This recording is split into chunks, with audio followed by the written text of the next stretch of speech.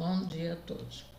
Hoje nós iremos iniciar nosso estudo lendo Isaías 10, tá? Nós vamos talvez voltar até um pedacinho para a gente entender melhor. Ai dos que decretam leis injustas e dos escrivães que escrevem perversidades, para prejudicar os pobres em juízo e para arrebentarem o direito dos aflitos do meu povo, e para despojar as viúvas e para roubar os órfãos.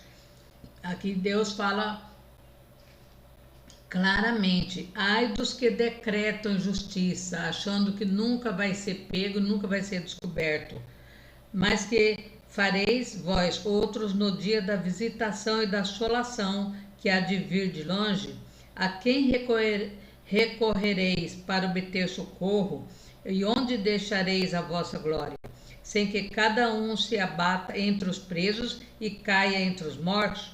Com tudo isso, a sua ira não se apartou, mas ainda está estendida a sua mão. E aqui ainda continua no 10:5. Ai da Síria, a vara da minha ira, porque a minha indignação é como bordão nas suas mãos. Enviá-la-ei contra uma nação hipócrita, e contra o povo do meu furor lhe darei ordem para que lhe roube a presa, lhe tome o despojo e o ponha para ser pisado aos pés como a lama das ruas. Deus, gente, castigará os juízes injustos, bem como aqueles que fazem leis injustas e armam ciladas para seus filhos. Os que oprimem os semelhantes também serão oprimidos. Não é suficiente viver em um país fundamentado na justiça, que cada indivíduo deve agir de modo justo para com os pobres e os mais fracos. Não é suficiente, né? Todo mundo, a balança tem que pesar para todo mundo igualmente. Não transfira a sua responsabilidade ao governo ou à mesma igreja. Cada um de nós é responsável perante Deus. Se você sabe que alguém fez alguma coisa ruim e você ficou quieto, você é omisso, você também é culpado e Deus vai cobrar de você. Aqui Deus ainda fala assim, os sírios eram arrogantes, orgulhosos das vitórias que Deus lhe havia permitido. Acreditava ter conquistado tudo com seu próprio poder. Nossa perspectiva também pode ser distorcida pelo orgulho de nossas realizações. Quando você chega a um patamar que você acha que você nem precisa mais de Deus, aí vai começar a sua queda, tá? Se não reconhecemos Deus como aquele que tem o controle da nossa vida e que realiza os seus propósitos, também teremos toda a probabilidade de fracassar. Deus pode te derrubar do maior monte que tiver, da maior altura, como uma folha seca. Nenhuma ferramenta ou equipamento consegue executar sua missão sem o auxílio de um poder maior. Ninguém tem mais poder do que Deus nesse mundo. Os assírios eram uma ferramenta na mão de Deus, mas não o reconheceram. Quando o simples instrumento se vangloria de possuir um poder maior do que aquele que o usa, corre o risco de ser descartado. Somos úteis somente à medida que permitimos ser usados por Deus. Quando você acha que ninguém vai tirar você daquela cadeira, ninguém vai tirar você do lugar que você está, começa a sua queda. Aqui Deus fala claramente, né? Que daí na 12 ainda continua, 10:12. Por isso acontecerá que, havendo o Senhor acabado toda a sua obra do Monte Sião e em Jerusalém, então visitarei o fruto do arrogante, o coração do rei da Síria, e a pompa da altivez dos seus olhos. Porque disse: com a força da minha mão fiz isso, e com a minha sabedoria, porque sou inteligente, eu removi os limites do povo e roubei os seus tesouros, e como valente abati os que sentavam sobre os tronos. e achou a minha mão as riquezas dos povos como um ninho. Aqui está falando das pessoas, que tira a riqueza das pessoas e toma tudo para si.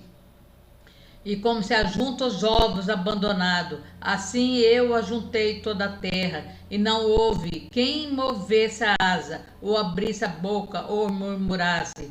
Porventura gloriar-se o machado contra o que corta ele, ou presumirá a serra contra o que puxa por ela, como se o bordão movesse aos que o ajuntam, ou a vara levantasse, o que não é um pedaço de madeira.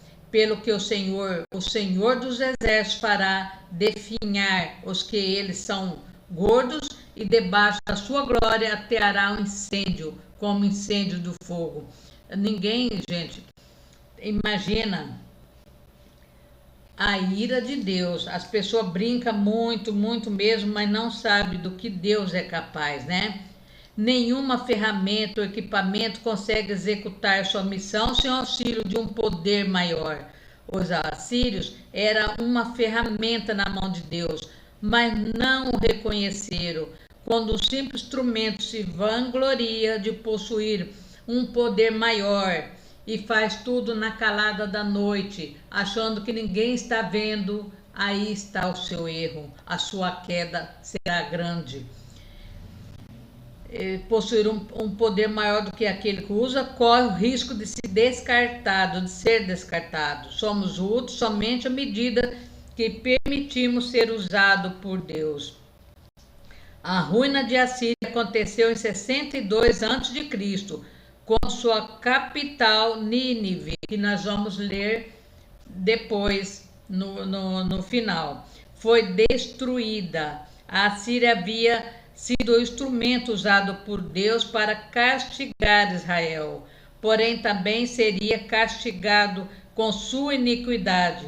Gente, ninguém escapa ao castigo divino contra o pecado, nem mesmo a mais poderosa nação do mundo. Uma vez que o exército assírio estava aniquilado, um pequeno grupo dentro do povo de Deus deixou de confiar na Síria e voltou a confiar em Deus.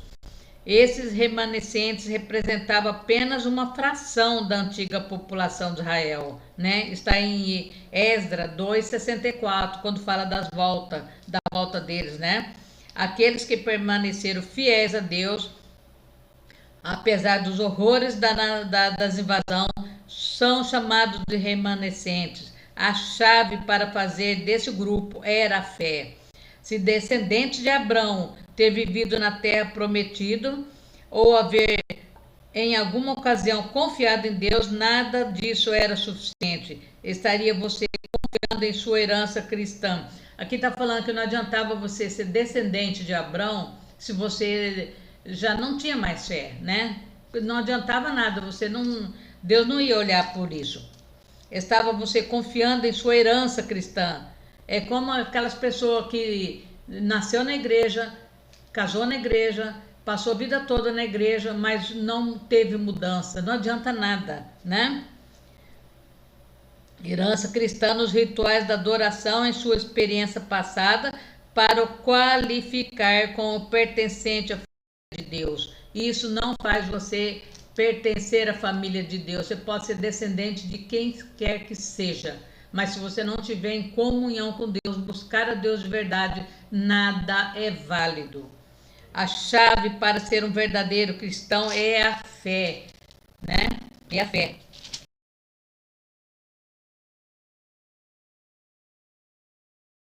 Com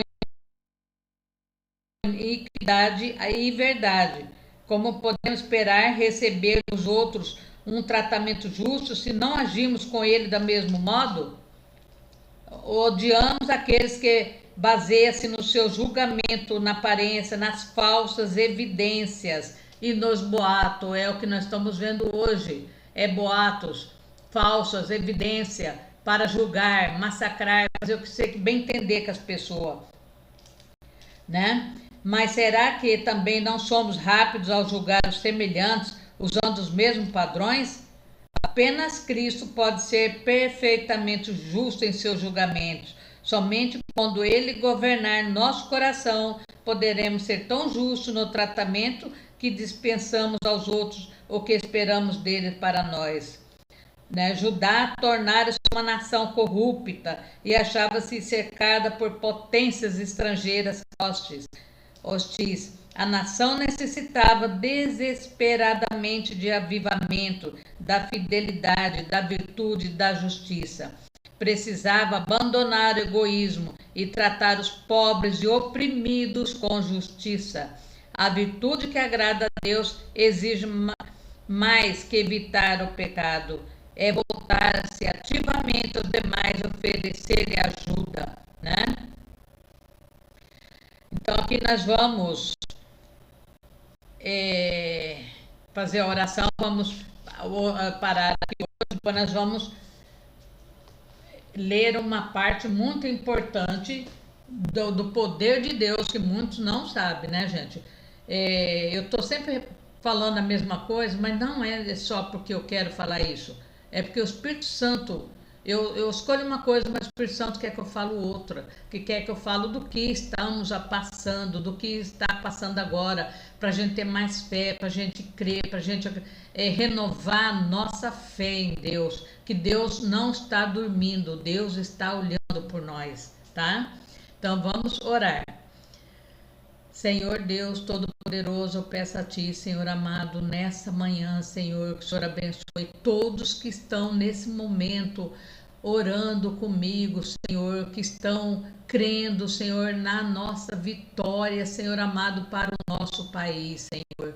Hoje eu peço a Ti, Senhor amado, que o império da mentira instalado nesse país caia por terra, Senhor, se derrete como neve, Senhor amado, caia. Que a justiça de Deus recaia sobre a cabeça de todos aqueles, Senhor amado, que fizeram desse país um caos, Senhor amado.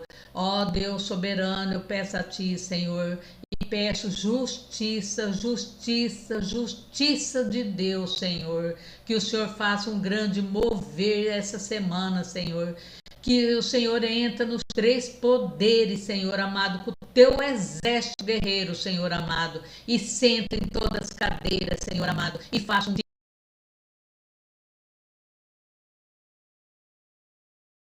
Senhor, e faça um mover tão grande, mas tão grande, Senhor, que o povo vai saber, meu Pai, que Deus é maior na nossa vida, Senhor.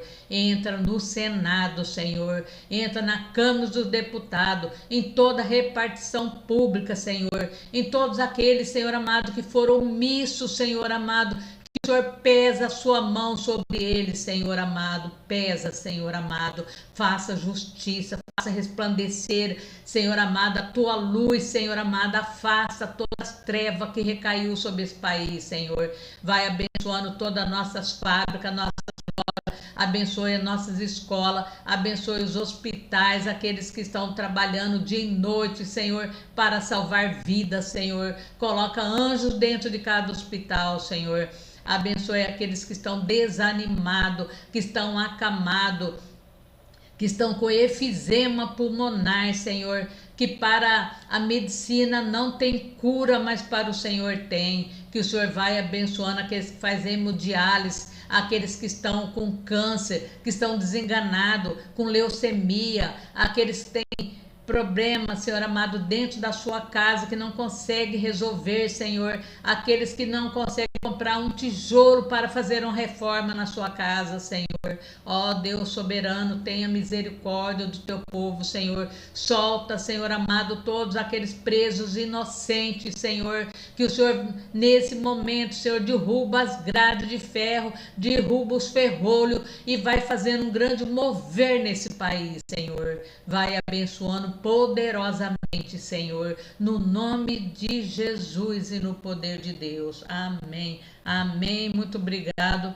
E até amanhã, se Deus quiser, tá? E vamos continuar firme no nosso propósito, que Deus não está dormindo e não está com o braço cruzado. Deus está no controle de tudo. É só a gente pedir, orar e aguardar, tá bom? Que Deus já está trabalhando na nossa causa. Obrigada.